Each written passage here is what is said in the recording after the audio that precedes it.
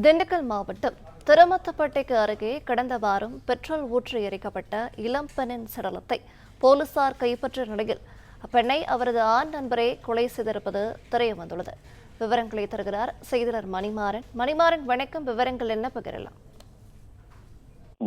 திண்டுக்கல் மாவட்டம் ஆத்தூர் தாலுகா கன்னிவாடி காவல் நிலையத்துக்குட்பட்ட கொடைக்கானலுக்கு செல்லக்கூடிய தர்மத்துப்பட்டி பன்றிமலை சாலையில் அமைதிச்சோலை என்ற இடம். அந்த அமைதிச்சோலை அருகே 60 அடி பள்ளத்தில் ஆதி மூலம் நீரோடை ஓடுகிறது. இந்த நீரோடை அருகே கடந்த 13ஆம் தேதி அன்று சுமார் 22 வயது முதல் 30 வயதுக்குட்பட்ட அடையாளம் தெரியாத பெண்ணின் சடலம் எரிந்த நிலையில் இருப்பதாக அங்கு கால்நடைகள் மேய்ச்சலுக்கு செல்லக்கூடியவர்கள் கன்னிவாடி காவல்துறையினருக்கு தகவல் அளித்தனர்.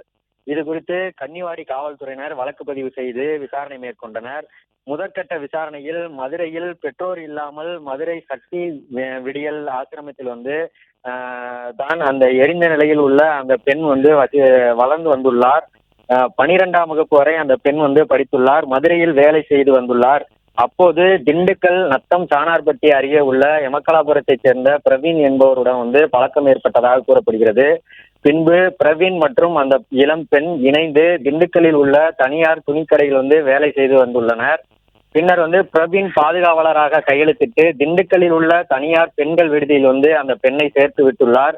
கடந்த 1 வருடங்களாக திண்டுக்கல்லில் இருந்து வந்துள்ளனர்.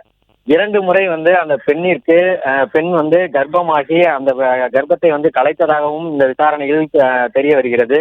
மேலும் தன்னை திருமணம் செய்து கொள்ளும்படி அந்த பெண்ணை பிரவீனை அந்த பெண் வற்புறுத்தியதாகவும் இதனால் இருவருக்கும் இடையே சில தினங்களாக பிரச்சனை ஏற்பட்டதாக போலீசார் விசாரணையில் தெரிய வருகிறது.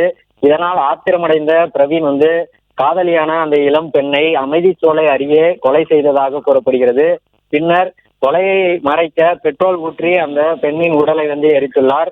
மேலும் எரிந்த நிலையில் கிடைக்கப்பட்ட பெண்ணின் சடலம் யார் என்று தெரியாத நிலையில் அடையாளங்களை காவல்துறையினர் வெளியிட்டுள்ளனர். பின்னர் விவரங்களை வழங்கியமைக்கு நன்றி மணிமாறன்.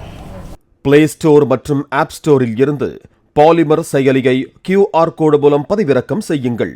செய்திகளை உடனுக்குடன் பெறுங்கள்.